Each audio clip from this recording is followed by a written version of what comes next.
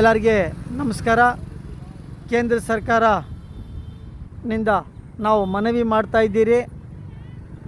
ಇದಕ್ಕೆ ಮುಂಚೆ ನಮ್ಮ ಕೋಲಾರ ಜಿಲ್ಲೆ ಎಸ್ ಮುನ್ಸಾಮಿ ಅವರು ಭಾರತೀಯ ಜನತಾ ಪಾರ್ಟಿನಿಂದ ಆಯ್ಕೆಯಾಗಿದ್ದರು MP. ಬೇಕಾದಷ್ಟು ಅನುಕೂಲ ರೈತರಿಗೆ ಆಗಿದೆ.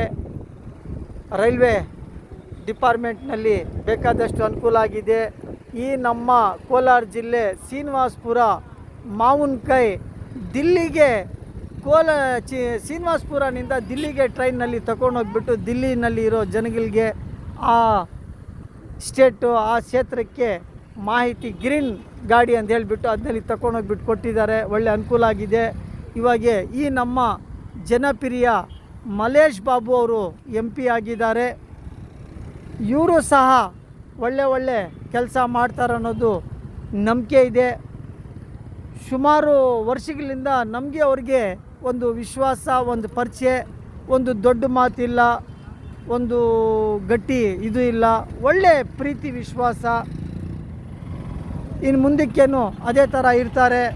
ಅವರು ತಂದೆ ತಾಯಿ ಅವ್ರ ಕುಟುಂಬ ಅವರು ಒಳ್ಳೆ ದೊಡ್ಡ ಗುಣನಿಂದ ಮಕ್ಕಳಿಗೆ ಬೆಳೆಸಿದ್ದಾರೆ. ಅದು ನಾವು ಹೇಳೋದಕ್ಕೆ ಮುಂಚೆ ನಮ್ಮ ಕೋಲಾರ ಜಿಲ್ಲೆ ಜನ ಹೇಳ್ತಾರೆ ಅವ್ರ ಬಗ್ಗೆ, ಮಲ್ಲೇಶ್ ಬಾಬು ಅವ್ರ ಕುಟುಂಬದ ಬಗ್ಗೆ. ಮತ್ತು ನಮ್ಮ ಮುನ್ಸಾಮಿ ತುಂಬ ಕ್ಷಮೆ ತಗೊಂಡು ಭಾರತೀಯ ಜನತಾ ಪಾರ್ಟಿ MP, ಕೋಲಾರ ಜಿಲ್ಲೆ MP ಭಾಳ ಕ್ಷಮೆ ತಗೊಂಡು ನಮ್ಮ ಎಲ್ಲ ಕಾರ್ಯಕರ್ತರು JDS BJP ಅವರು ಒಗ್ಗಟ್ಟಾಗಿ ಕೆಲಸ ಮಾಡ್ತಾ ಇದ್ದಾರೆ. ಇನ್ನು ಮುಂದಕ್ಕೆ ಮಾಡ್ತಾರೆ. ಒಳ್ಳೆ ಕಾಲ ಬರಬೇಕು, ಒಳ್ಳೆಯದು ಆಗಬೇಕು. ಯಾವುದೇ ಕಾರಣಕ್ಕೆ ಕೋಪ ತಡೀರಿ. ನಮಸ್ಕಾರ.